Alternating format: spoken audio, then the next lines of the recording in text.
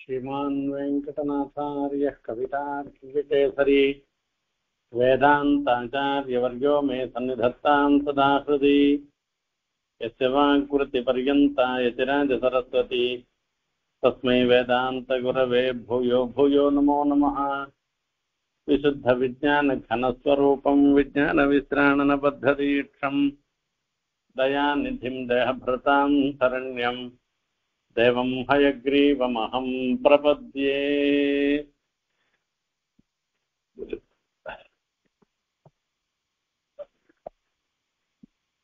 இங்க சுபாஷித நேவி அதில் அனிபுண பத்ததின்ற முதல் பத்ததி, அந்த முதல் பத்ததியினுடைய முதல் ஸ்லோகத்தினுடைய அர்த்தத்தை தான் நாம இதுவரைக்கும் பார்த்துட்டு இருக்கோம். இந்த ஸ்லோகத்துக்கு அர்த்தம் இன்னும் நிறைவு பெறவில்லை, பல அர்த்தங்கள் சொல்லுகின்றனர். பிரதம சுஜனாய பும்சே மஹ்யமபி பிரதம துர்ஜனாய நமஹ சர்வம் ஹதகிருதம் யௌ சகிருது உபகார அபகாராபியாம் என்பதாக இந்த ஸ்லோகத்தினுடைய முதல் ஸ்லோகம் அமைஞ்சிருக்கு. பிரதம சுஜனாய பும்சே மஹ்யமபி பிரதம துர்ஜனாய நமஹ. பிரதம துர்ஜனம் பிரதம சுஜனன்னு ரெண்டு கேட்டகரி எடுத்துக்கிற. பிரதம சுஜனனாக இருக்கிறவ சாட்சாத் சிவன் நாராயணன், பிரதம துர்ஜனாக இருக்கிறவர் நம்ம மாதிரி இருந்துருக்கிறவா, அகங்கார மமகாரத்தோட இருந்துருக்கிறவா. சர்வம் ஹதகிருதம் யௌ சகிருது உபகார அபகாராபியாம். இந்த இடத்துல சொல்லச்சு உபகார அபகாராபியாம், ஒரே ஒரு முறை உபகாரம் பண்ணா போறோம். சர்வம் ஹதஹா, எல்லாவற்றையும் போக்கடிக்கிறதுன்னு சொல்றது இருக்க. இது ஒரு காமனாக ரெண்டு பேருக்கும் இந்த நமஸ்காரத்துக்கு உண்டான காமனான ஒரு விஷயம், பொதுவான ஒரு விஷயம். நல்லவாளாக சுஜனாளாக இருந்திருக்கவாளுக்கு நாம எத்தனையோ தீங்குகள் அபகாரம் பண்ணிருந்தா கூட, தீங்கு செய்திருந்தா கூட, ஒரே ஒரு உபகாரம் பண்ணினாலே போறோம். ஏற்கனவே பண்ணின அபகாரங்கள் எல்லாவற்றையும் மறந்து விடுவாளாம், எல்லாம் போயிடுமா. ஆகையால பிரதம சுஜனாய பும்சே நமஹா, அப்படிப்பட்ட சுஜன சார்பமாக இருக்கவளுக்கு அவளுக்கு நமஸ்காரம்னு சொல்லி முதல்ல சொன்னார். பிரதம துர்ஜனாய நமஹா மஹ்யமபின்னு சொல்லி சொன்னார். எவ்வளோ உபகாரம் பண்ணிருந்தா கூட ஒரு முறை அவ நினைக்கிற மாதிரி உபகாரம் பண்ணாத போயிட்டாள்னாக்க, இத்தனை நாள் பண்ணின உபகாரம் மொத்தத்தையும் மறந்துட்டு அவளை பொறுத்த வரைக்கும் அவ என்ன பண்ணுவா அப்படின்னா விபரீதத்துல நடந்துவா. இத்தனை நாள் பண்ணின உபகாரம் மொத்தம் போயிடும், அத்தமா ஆயிடும். அப்படி இருக்கிறவா துர்ஜன சார்போமனாக இருக்கிறவா. ரெண்டு பேருக்கும் நமஸ்காரம்னு சொல்லச்சே முதல்ல சொல்றது கௌரவத்தினால சொல்றது, ரெண்டாவது சொல்ற நமஸ்காரம் துர்ஜனாய நமஹா அப்படின்னு சொல்றச்சே இது கௌரவத்தினால சொல்லல, எதிர்மறையில சொல்றது. அப்பா போறண்டாப்பா அப்படின்ற மாதிரி, உனக்கு ஒரு நமஸ்காரம், அப்ப இனிமே உன் சங்காத்தமே வேணான்னு சொல்றோமோ இல்லையோ, அந்த மாதிரி சொல்ற விஷயம்னு சொல்லி இது பொதுவான அர்த்தத்தை பத்தி ஏற்கனவே பார்த்துருக்கோம். அதனுடைய சுஜன சப்தத்துக்கு, துர்ஜன சப்தத்துக்கு, நம சப்தத்துக்கு, இதுக்கெல்லாம் என்ன அர்த்தம்ன்றதெல்லாம் விஸ்தாரமா இது வரைக்கும் பார்த்தோம். இதுல என்ன ஒரு கஷ்டம்னாக்க, சுபாஷித நீவிக்கு அர்த்தம் சொல்றதே கஷ்டம். அதுல அர்த்தம் சொல்லச்சே பல பல அர்த்தங்கள் நாம சொல்றோம், அது சுவாரஸ்யமா சொல்லிட்டு வரோம். அப்படி சொல்லிட்டு வரச்சே அதெல்லாம் பூர்வாச்சாரியால் காண்பிச்ச வழியில தான் சொல்றேன். நானா ஒன்றும் புதுசா எதுவும் சொல்ல போறது இல்லை. அதுல ஒரு தொடர்ச்சி இல்லாத போயிடுச்சுன்னு வச்சுக்கோங்களேன், கண்டினியூட்டி இல்லாத போயிடுச்சுன்னாக்க பழசையை திருப்பி சொல்ல வேண்டி வரும். திருப்பி சொல்லினோம்னாக்க அதனால பாதி காலம் போயிடும், மீதி காலத்துல புது அர்த்தம் சொல்றதுக்கு சமயம் இல்லாத போயிடும். இது வாரத்துல ஒரு நாள்னு சொல்றதே அதுலயே தொடர்ச்சி இல்லை, அதுலயும் சில வாரங்கள் சொல்ல முடியாது போயிடுச்சோம்னாக்க அது கொஞ்சம் சிரமமா தான் இருக்கும் அர்த்தத்தை புரிஞ்சுக்கிறதுக்கு. அதுக்காக தான் நான் இப்ப முதல்ல சொன்ன அர்த்தத்தை ஒரு சுருக்கமாக சொல்லி சொன்னேன். இப்போ இந்த இடத்துல ராமனையும் ராவணனையும் சொல்றதாக ஒரு அர்த்தம். ரெண்டாவது அர்த்தம் என்ன அப்படின்னா, பிரதம சுஜனாய என்ன ஆரம்பிக்கிறது. பிரதம சுஜனாய பும்சே மஹ்யமபி பிரதம துர்ஜனாய நமஹா என்பதாக சொல்ற இந்த ஸ்லோகத்துக்கு ராமராவண பரத்துவம் துர்ஜன சப்தத்தினால ராவணனை சொல்றது, சுஜன சப்தத்தினால ராமரை சொல்றேன்னு சொல்லலாம். எப்படின்னா சுஜன சார்வபௌமமாக இருப்பவர் சாட்சாத் ராமன் தான். அதே மாதிரி துர்ஜன சார்வபௌமனாக இருந்திருக்கிறவன் ராவணன் தான். மஹ்யமபி அப்படின்னு சொல்றதுனால நான் யார் நனமேயும் கதஞ்சனான்னு சொல்லி நான் யாரையுமே தலை வணங்க மாட்டேன் அப்படின்னு ஒரு அகங்காரத்தோட இருந்துருக்கிறவர். மஹ்யம்னு சொல்றது இது அஸ்மத் சப்தத்தை சொல்லி சொல்றது அஹம்மாவாம் பயம் அம்மா ஆவான்னோ மஹ்யம்மே அப்படின்னு சொல்றது இருக்க, இது 4ஆம் விபக்தியில சொல்றது. 4ஆம் விபக்தியில சொல்றதுனால அந்த அகங்காரத்துக்கு ஒரு உருவெடுத்த மாதிரி இருந்துருக்கவன் ராவணன். அயல அந்த ராவணனுக்கு ஒரு நமனம்னு சொல்லிட்டு போலாம் அப்படின்னு சொன்னோம். அதாவது இந்த இடத்துல பிரதம சுஜனாய எல்லாரை காட்டிலும் அந்த சுஜன சார்வபௌமாக இருந்திருக்கிற ராமரின் பொருட்டு நமஹா அப்படின்னு சொல்லச்சு அந்த நமசப்தம் எல்லாரை காட்டிலும் உயர்ந்தவர். ஆகையால அந்த உத்கிருஷ்டனாக இருந்திருக்கிற எம்பெருமானுக்கு தன்னுடைய பிரணாமங்களை தெரிவிக்கிறது அந்த முதல் நமஹான்ற சப்தம். பிரதம துர்ஜனாய மஹ்யமபி நமஹான்னு சொல்றதுனால இங்க பிரதம துர்ஜனாய மஹ்யம்னு சொல்றதுனால அந்த மஹ்யம்ன்றது என் பொருட்டுன்னு அர்த்தம். என் பொருட்டுன்றது அகங்காரத்தை சொல்றது. நனமேயங் கதஞ்சனான்னு சொல்லி ஒரு அகங்காரத்தோட இருந்து விதா பஜ்ஜேபி என்ன 2ஆ பொழந்தா கூட நான் யார் காலிலையும் விழமாட்டேன் அப்படின்னு அந்த இடத்துல உபதேசம் பண்ற ராவணனுடைய மாமனார் உபதேசம் பண்ற. எத்தனையோ விபீஷணன் உபதேசம் பண்ற மாதிரி அவரும் உபதேசம் பண்ற. அப்படி உபதேசம் பண்ணச்சு யார் வந்திருக்கான்னு நினைச்சுட்டு இருக்கப்பா, சாட்சாத் பரமாத்மாவே வந்திருக்கார். சிவன் நாராயணன் தான் இங்க மனுஷ ரூபமாக வந்திருக்கார். ஒன்னு அழிக்கிறதுக்காக வந்திருக்க. நீ எல்லாத்தையும் பாரு. இதுக்கு மேலையும் நீ அந்த சீதா பிராட்டிய பிரத்யர்ப்பணம் திருப்பி கொடுக்காமல் இந்த லங்கையில நீ இருந்தேனாக்கா நீ மாத்திரமில்ல உன்னுடைய குலமே ராட்சச குலமே அழியறதுக்கு இருந்துருக்கு. ஆகையால நீ இந்த ராட்சச குலம் அழியாமல் இருக்கிறதுக்காகவாவது ராமனிடத்துல சரணாகதி பண்ணலாமே. அவனுடைய தேன மைத்ரி பவத்தோன்னு சீதா பிராட்டி சொன்னால அந்த மாதிரி சரணாகதி பண்ணா கூட அவனுடைய ஒரு நட்பு முறைய பாராட்டி சீதா பிராட்டிய பிரத்யர்ப்பணம் பண்ணிடலாமேன்னு எல்லாம் உபதேசம் பண்ணிருக்க. சில சமயங்கள்ல நமக்காக இல்லாட்டா கூட குடும்பத்துக்காக சில காரியங்களை நாம விரும்பாத காரியத்தை கூட பண்ணுவோம். அதே மாதிரி ஒரு நாட்டுக்காக நாம நம்மளை அர்ப்பணிச்சுக்கிறோம். ஒரு ஊருக்காக அர்ப்பணிக்கிறது, ஒரு சமுதாயத்துக்காக அர்ப்பணிக்கிறதுன்றதெல்லாம் ஒரு வழக்கம் இருந்துருக்கு. இப்படி ராஜாவாக இருக்கிறபடினால அசுர குலம் முழுக்க ரட்சணம் பண்றதுக்காக நீ ராமனுடன் நட்பு பாராட்டுவது நல்லதுன்னு உபதேசம் பண்றேன். அப்ப ராவணன் சொல்றான், நீ சொல்றது எல்லாமே சரியா கூட இருக்கலாம், ஆனா என்னுடைய சுவாவம் என்னுடைய இயல்பு என்ன கேட்ட நனமேயும் கதஞ்சனா எந்த ஒரு சன்னிவேசத்திலையும் யாரையும் வணங்கக்கூடாதுன்றதுதான் என்னுடைய இயல்பு. அப்படிப்பட்ட ஒரு அகங்காரத்தோட நான் இருந்துருக்கேன். நான் த்விதா பஜ்ஜன்னு சொல்லி என்ன 2ஆ பொழந்தா கூட சரி, நான் யார் காலையும் விழமாட்டேன். நான் அப்படி ஒரு அகங்கார மமக்காரத்தோட நான் இருந்துருக்கிறவன்னு சொல்லி அந்த அகங்கார விசிஷ்டமாக இருந்துருக்கிறேன். ராவணாயாப்பி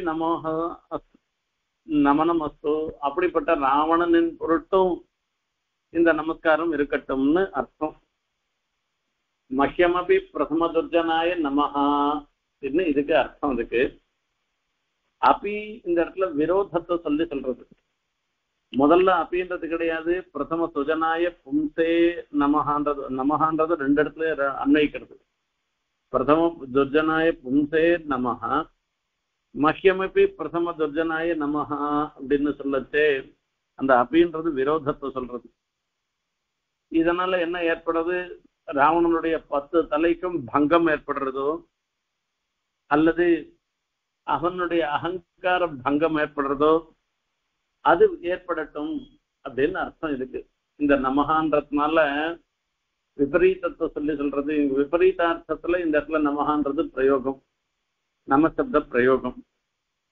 சரி, இவ 2 பேருக்கும் ஒரு சாமியம் சொல்லணுமே. சர்வம் ஹதகிருதம் யோ சகிருத உபகார அபகாராபியாம் அப்படின்றது 2வது சொல்றது. இப்ப இந்த ராமராவணர் 2 பேருமே கிருதம் சர்வம், அதாவது ஈஸ்வரனாலே பண்ணப்பட்டதாக இருந்திருக்கிற எல்லாவற்றையும், சர்வம் ஜத்து உபகார அபகாராபியாம் சகிருதேவ ஹதஹா, உபகாரத்துக்காக பெருமாள் எல்லாத்தையும் நாசம் பண்றார். ராவணன் அபகாரத்துக்காக எல்லாத்தையும் நாசம் பண்றான்னு அர்த்தம். பெருமாள் ராவணவதம் பண்றேன்னா ரிபுஷு நிகதேரேவ ஹிததா என்பதாக சொல்ற. சிலாதேஹே ஸ்ரீத்வாதின்னு ஒரு கல்ல பெருமாள் ராமன் தன்னுடைய திருவடி சம்பந்தத்தினால ஒரு பெண்ணாக ஆக்கிட்டே, அது ஒரு ஆச்சரியமான ஒரு விஷயம். அதே மாதிரி அக்னி நெருப்பு இருந்துருக்கு. அந்த நெருப்பு அதனுடைய சுபாவம் என்ன? சுபாவம் சுடுறதுன்றது. அந்த சுடுறதுன்ற அந்த சுபாவத்தை, நெருப்புக்கு உண்டான சுபாவத்தை மாத்தி அதை குளிர்ச்சியாக ஹனுமாரை பொறுத்த வரைக்கும் சீதா பிராட்டியினுடைய ஒரு பிரார்த்தனையினால அதை குளிர் விட்டும்படியாக, குளிர்ச்சியாக இருக்கும்படியாக பண்ணிட்டா. அந்த நெருப்பே ஜில்லுன்னு ஆயிடுத்தான் ஹனுமாருக்கு.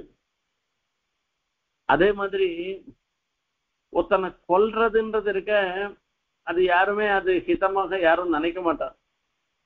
ஆனா ரிபுஷு நிகதே ரேவ ஹிதத்தான்னு எதிரியாக இருந்திருக்கிறவாள் விஷயத்துல அவளை வதம் பண்றதே ஹிதம்தான். இந்த ராவணனை வதம் பண்றதே அவனுக்கு ஹிதத்தை ஏற்படுத்திக்கிறதுக்காக தான்.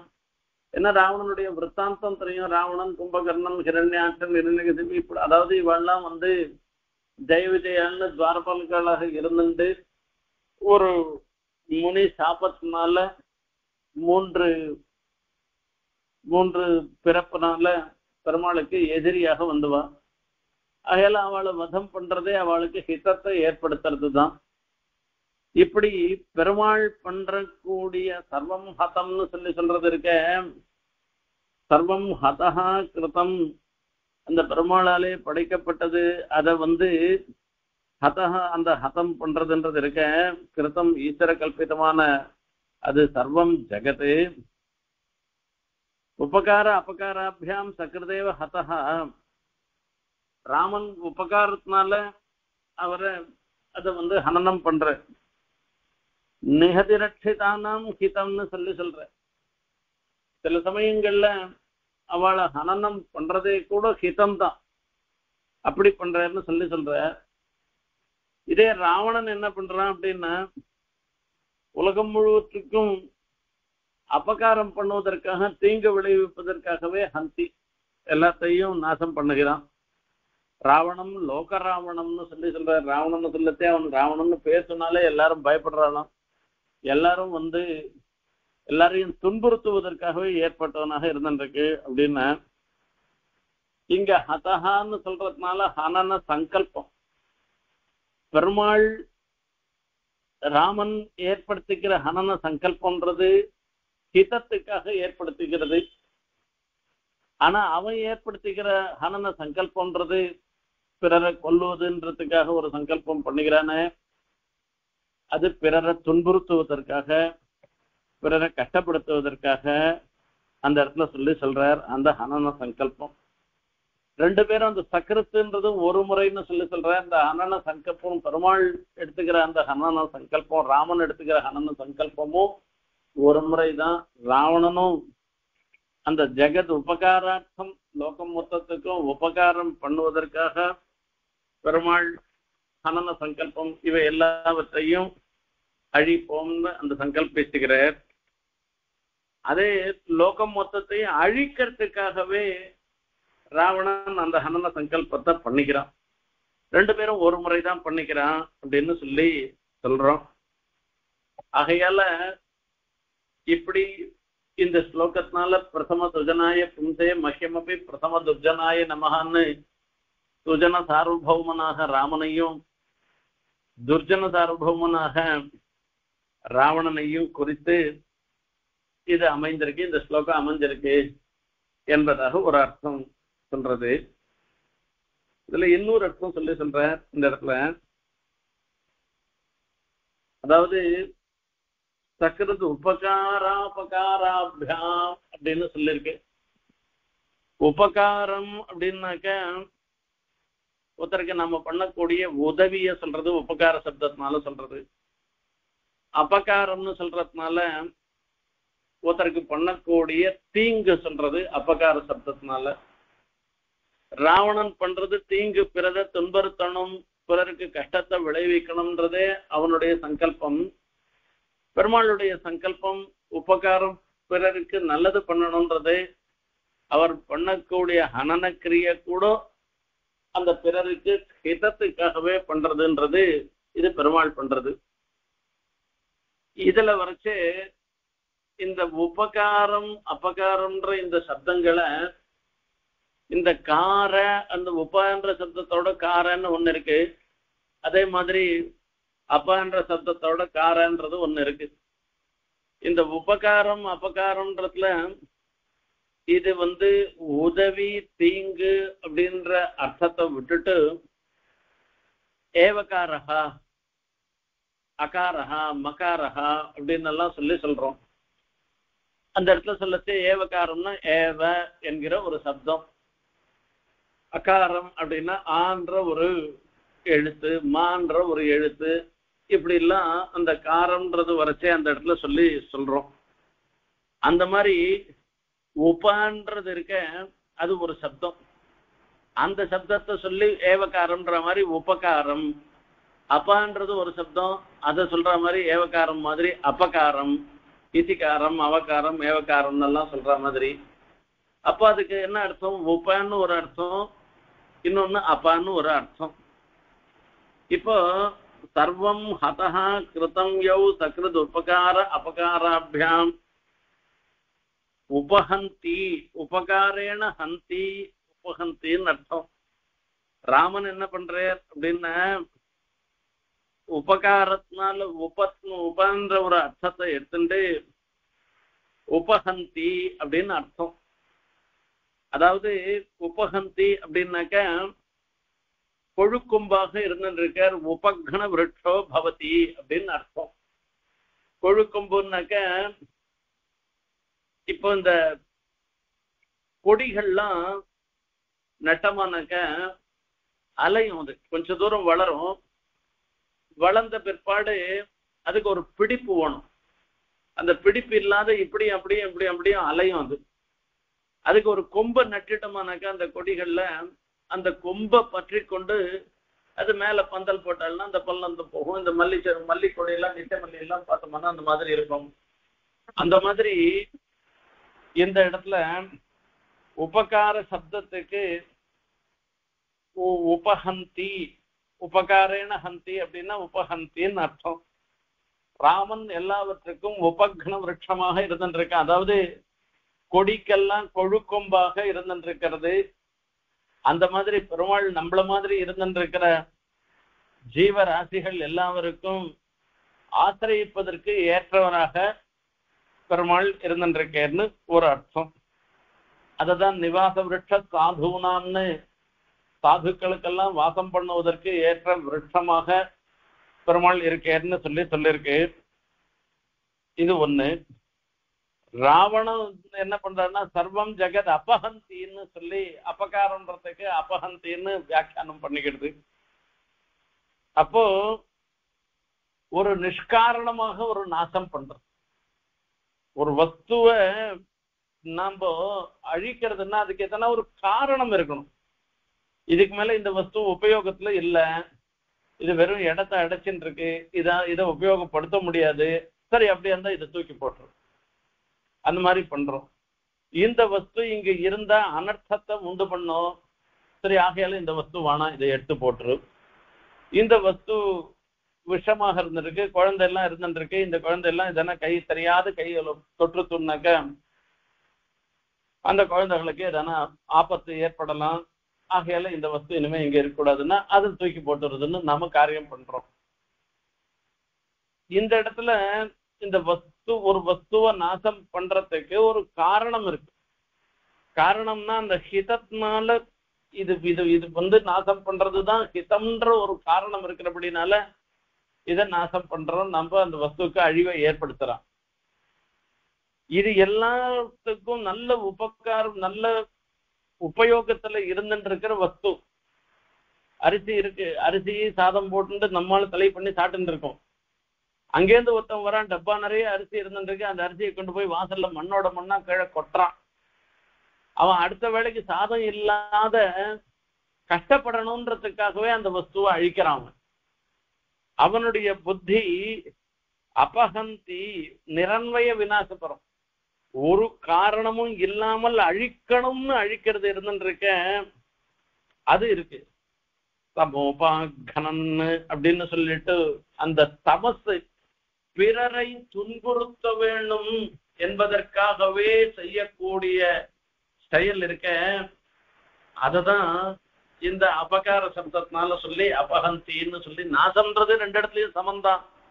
ஆனாலும் இவருடைய நாசம்ன்றது, பெருமாள் பண்ணக்கூடிய நாசம்ன்றது லோக க்ஷேமார்த்தம் பண்ற, அவன் பண்ணக்கூடிய ராவணன் பண்ணக்கூடிய நாசம்ன்றது இது எதுக்காக ஏற்பட்டதுன்னா எல்லாரையும் கஷ்டப்படுத்தணுன்றதுக்காக.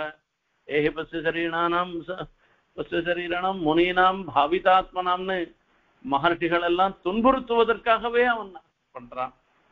இதுதான் இவ ரெண்டு பேரிடத்துலயும் இருக்கக்கூடிய வேறுபாடு. அதாவது பார்க்கறதுக்கு ஒத்துமையாக இருந்துருக்கும், ஆனா அதுல வேறுபாடு. அனனரூபக்கிரிய நாசம் பண்ணுவதுன்றது ஒத்துமை ரெண்டு பேரிடத்துலயும் இருக்கு. ஆனா இவர் பண்ற நாசம்ன்றது லோக ஹிதத்துக்காக, அவர் பண்ற ராவணன் பண்ற நாசம்ன்றது லோகத்தை துன்புறுத்துவதற்காக என்று இந்த ராமராவண பரமாக இந்த ஸ்லோகத்துக்கு ஒரு அர்த்தம். இன்னொரு அர்த்தம் என்னன்னு கேட்டா, பெருமாள் என்ன பண்றாருன்னா இந்த உத்தரார்த்தத்துல மாத்திரம் சொல்றது சர்வம் கிருதம், கிருதம்ன்றதுக்கு சர்வம் ஹதஹா கிருதம் யோ சக்ருத் உபகார அபகாராபியாம் அப்படின்னு உத்தரார்த்தம். அதுல சர்வம் கிருதம் அப்படின்னா கிருதம்னா படைப்புன்னு அர்த்தம், தன்னாலே செய்யப்பட்டதுன்னு அர்த்தம். லோகம் முழுக்க ஈஸ்வரன் தான் படைக்கிறான், ஈஸ்வரன் தான் சிருஷ்டி பண்றான். தான் சிருஷ்டி பண்ணின வஸ்துக்கள் எல்லாவற்றையுமே பெருமாள் அழிக்கிறேன். மகாபிரளய காலத்துல ஒன்னு விடாத மொத்தத்தையும் அழிச்சு விடுறார், எந்த வஸ்துவுமே இல்லாத போயிடுறது அந்த மகாபிரளயத்துல வரச்சே. அச்சித விசிஷ்டான் பிரளயே ஜந்தூனவலோக்கிய ஜாத நிர்வேத கரணகளே பிரயோகம் விதரதி விடுதலைநாத கருணேத்வம்னு சொல்லி அந்த தயாதேவியினுடைய பிரேரணையினாலதான் பெருமாள் மகாபிரளய காலத்துல இந்த அச்சேதனத்துக்கும் சேத்தனத்துக்கும் வேறுபாடு இல்லாமல் புண்ணிய பாபங்களை அனுபவத்துக்கு சுகதுக்க அனுபவத்துக்கு ஏற்றதான சரீரம் இல்லாமல் பெருமாளுடைய ஒட்டின்று இருக்கிற நிலையில அந்த ஜந்துக்களிடத்துல ஒரு தயை ஏற்பட்டு அவள் தான் பெருமாளை பிரேரணை பண்ணி படைக்க வைக்கிறான், சிருஷ்டி பண்ண வைக்கிறான். இப்ப லோகத்துல இருக்கிற சமஸ்த வஸ்துக்களும் எம்பெருமானுடைய படைப்பு, அதுல ஒன்றும் சந்தேகமே கிடையாது. தன்னுடைய படைப்பை தானே அழிக்கிறான். இது பெருமாளாலே சிருஷ்டி பண்ணப்பட்ட சமஸ்த வஸ்துக்களையும் கிருத்தம் அவன் பெருமாள் என்ன பண்ற, சர்வம் கிருதம் சர்வம் ஹதஹா, எல்லாமே ஹதமாக ஆயிடுத்து, நாசம் பண்றார் அப்படின்னா எதுக்காக நாசம் பண்றாருன்னா அந்த ஜீவன் ராசிகளுக்கு ஒரு க்ஷேமத்தை உண்டு பண்றதுக்காக தான் சொன்னேன். ஏன்னா இது என்ன பண்ணும், மேல மேல பாப்பங்களை தான் பண்ணி மூட்டை மூட்டையா பாப்பத்தை ஏத்திக்கிற ஒரு சன்னிவேசம் வருது. என்ன கலியுகத்துல யாரும் நல்லது பண்றதுன்றதே ஒண்ணும் இல்லாத போயிடுச்சு. அதுல பாப்பம் தான் அதிகமாக இருக்கிறபடினால இன்னும் பாப்பங்களை பண்ணி இவன் அந்த கர்மா இருக்க அது அனுபவிச்சுதான் போகும். இல்ல அந்த கர்மாலாம் அப்படியேதான் உட்கார்ந்து இருக்கு, இதுவும் அனாதியா தான் இருந்துட்டு இருக்கு. இப்படி அனாதியாக இருந்துட்டு இருக்கிற இந்த கர்மாவை இன்னும் பாப்ப கர்மாவை ஏத்திண்டு இவன் கஷ்டப்படுறத காட்டிலும் கொஞ்சம் இவனுக்கு இந்த சன்னிவேசத்துல இருந்து ஒரு பிரேக், ஒரு இடைவெளி கொடுப்போம். அதுக்கப்புறமா புண்ணியகர்மால பிரவൃத்தி ஏற்படலாம் கிருதயுகத்துல. அப்படியே தானே பண்ணி நல்லது பண்ணிட்டு வரட்டும்னு பெருமாள் நினைச்சு இவாளுடைய நன்மைக்காக பெருமாள் மகா பிரளயத்தை ஏற்படுத்துறார். ஒண்ணு. துர்ஜனன் என்ன பண்றான் அப்படின்னா, தாம் பண்ற ஒரு பாபத்தினால சர்வம் ஹதகான்னா இத்தனை நாள் இவன் சேர்த்து வச்சிருந்த புண்ணியம் மொத்தத்தையும் போக்கடிச்சுடுறான். அதுதான் துர்ஜனனுக்கும் சுஜனனுக்கும் உண்டான ஒரு வித்தியாசம். யத் பிரம்ம கல்பனியுதானுபவேப்யநாஸ்யம் தத்கில்பிஷம் சிருஜதி ஜந்துரிஹட்டனார்த்தே. ஆழ்வானுடைய ஸ்லோகம் ஸ்ரீவைகுண்டஸ்தவத்துல வருது. ஒரு பிரம்மமானத்துல, அதாவது இப்ப நாம சொல்றோம் நம்மளுடைய ஒரு வருஷம்ன்றது தேவமானத்துல ஒரு நாள். அந்த தேவமானத்துல இருக்கக்கூடிய ஒரு நாள்ன்றது பிரம்மமான, ஒரு வருஷம்ன்றது பிரம்மமானத்துல ஒரு நாள் அப்படின்னு எல்லாம் சொல்லி அதுல இந்த கணக்கெல்லாம் சொல்றது. அந்த மாதிரி சொல்லச்சே இங்க ஒரு பெரிய ஒரு பாப்பம் அந்த பாப்பத்தை பண்ணினமானாக்க பிரம்மமானத்துல 1000 கோடி வருஷம் நரக்கத்துல இருந்தாலும் அந்த பாப்பம் கழியாதான். அவ்வளவு பெரிய கொடிய பாப்பம். அந்த அவ்வளவு கொடிய பாப்பத்தை பண்ணுவதற்கு நாம எடுத்துக்கிற நாழி எவ்வளவு தெரியுமா அப்படின்னா அரக்ஷணம் போருமா. எந்த ஒரு பாப்பமானது யத் பிரம்ம கல்பனியுதானுபவேபி அநாஸ்யம் தத்கில்பிஷம் சிருஜதி ஜந்துரிஹட்டனார்த்தே. இது ஈஸ்வரபரமாக முதல்ல சொல்றது. சுஜனாய பும்சேன்னு சொல்றதுனால பரமாத்மாவை சொல்லி மக்கியம் துர்ஜனாயன்னு சொல்றது இருந்துருக்க இந்த ஜீவனை சொல்றதுன்னு சொன்ன.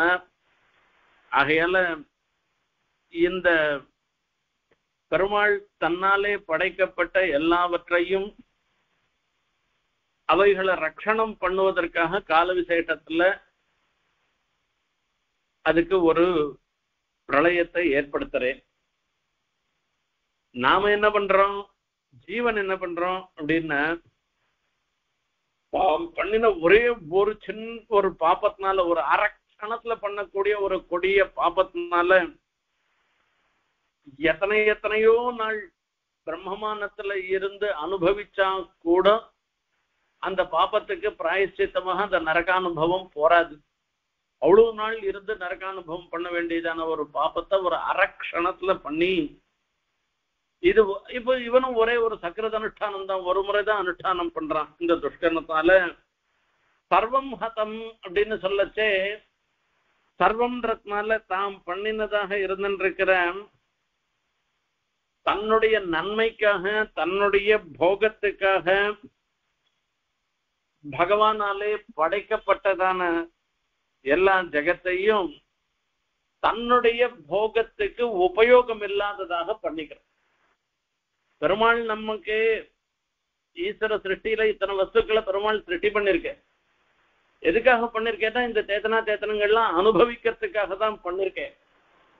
அப்படி அனுபவிக்க பண்ணிருக்கிற விஷயங்களை நாம அனுபவிக்காமல் நரக அனுபவம் பண்ணிட்டு இருக்கும்படியாக சர்வம் ஹதம்னு சொல்லி அனுபவிக்கிறதுக்கு யோக்கியதை இல்லாததாக பண்ணிடுறோம் நாம.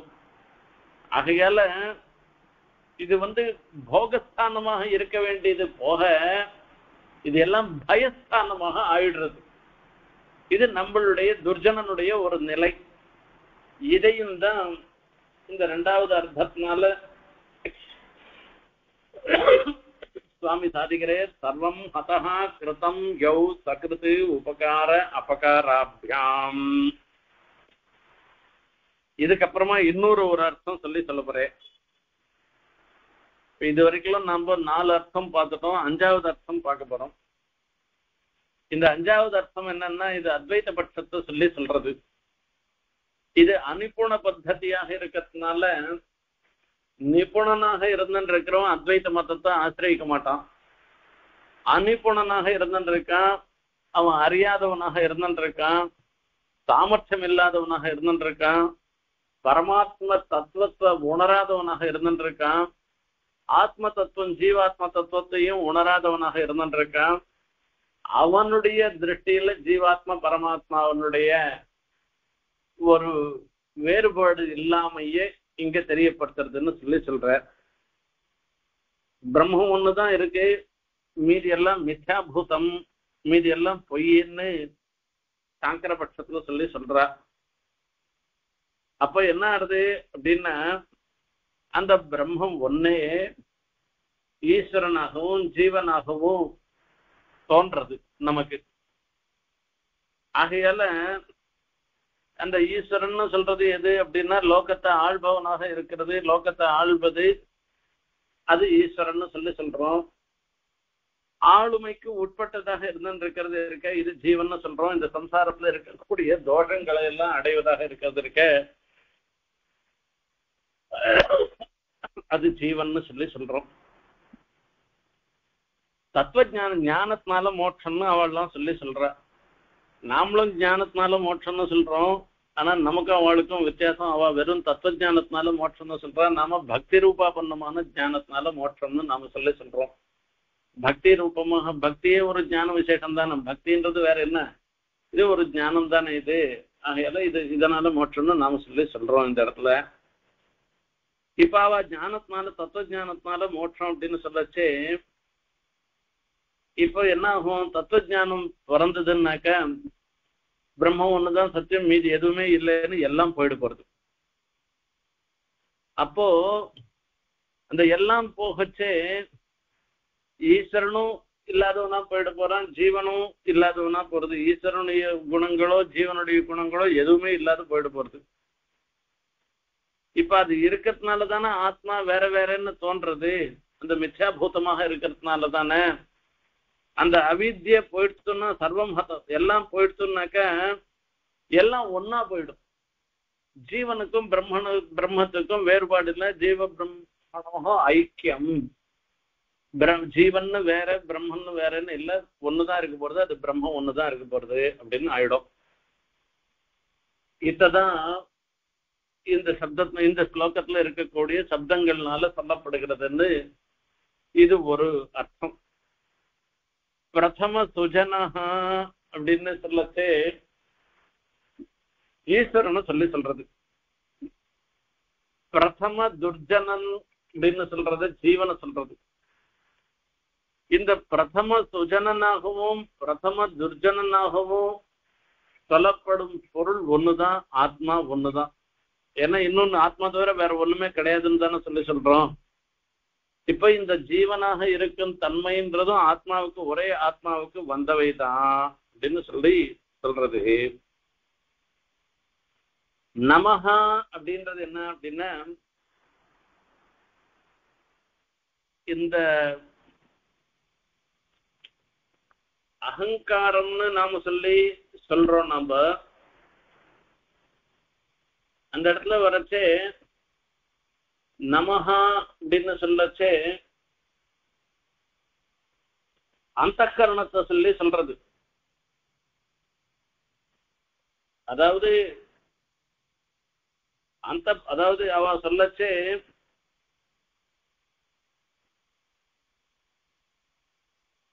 மாயாவச்சின்ன சைத்தன்யமும் அந்த கரணாவச்சின்ன சைத்தன்யமும் ஒண்ணு அப்படின்னதாக சொல்ற. அந்த கரணாவச்சின்ன சைத்தன்யம் அப்படின்றது அந்த அத்வைத மதத்துல ஒரு பரிபாஷை. மாயாவச்சின்ன சைத்தன்யம்ன்றது ஈஸ்வரனை சொல்ற ஒரு நிலை. அது எப்படி இது ரெண்டுத்துக்கும் காரணமாக இருந்திருக்கிற அந்த சைத்தன்யம்ன்றது இருந்திருக்கு, அது ஒன்னாதாக இருந்திருக்கு. ஆகையால அந்த பலவாக தோன்றுவதற்கு காரணமாக இருக்கிற அந்த குணங்களையும் துர்குணங்களையும் ஹதம் பண்ண வேண்டும் என்பதாக சொல்றது. உபகிருத் உபகார அபகாராபியாம் அப்படின்னு சொல்றதுனால உபகார சப்தம் அபகார சப்தத்தினால சொல்லப்படுவது என்ன என்று கேட்டா, அவா பட்சத்துல உபகாரா உபாயனம் சங்கிரகா, அபகாரா அபகமனம் தியாக. ஆகையால சோகம் நான், அவன்தான் நான் அப்படின்னு எல்லாம் சொல்லச்சே, இந்த அகம் அப்படின்னு சோகம் அப்படின்னு சொல்லச்சு இந்த சப்தத்தினால சப்தத்தினால மாயாவச்சின்ன சைத்தன்யமாக இருக்கிற ஈஸ்வரனையும் அகம்னு சொல்றதுனால அந்த கரணாவச்சின்ன சைத்தன்யத்தையும் ஒண்ணு அப்படின்றத தெரியப்படுத்துறது இந்த இடத்துல. ஆகையால இந்த அத்வைத பட்ச பிரகாரத்துக்கு பார்த்தோம்னாலும் இது மொத்தம் அத்வைத்தத்தை சொல்றதாக இருந்துருக்கு. சக்கரத உபகார அபகாராபியாம் அப்படின்னு சொல்றன்னா, இவர் விசிஷ்டாத்வைத்தத்தை சொல்றவராக இருந்துட்டு இவர் அத்வைத பட்சத்தை என்னத்துக்கு சொல்லணும்னு ஒரு கேள்வி கேட்டோம்னா, இது அனுகுண பத்தி. இது எந்த பத்தியை சேர்ந்தது? இது அனிபுண பத்தியாக போயிட்டு அப்படின்னால அது அறிந்தவன் செய்யற காரியம் இல்லை. இது அனிபுணனாக இருக்கிறவன் சொல்றதுனால இந்த இடத்துல என்ன ஆறுது அப்படின்னு கேட்ட,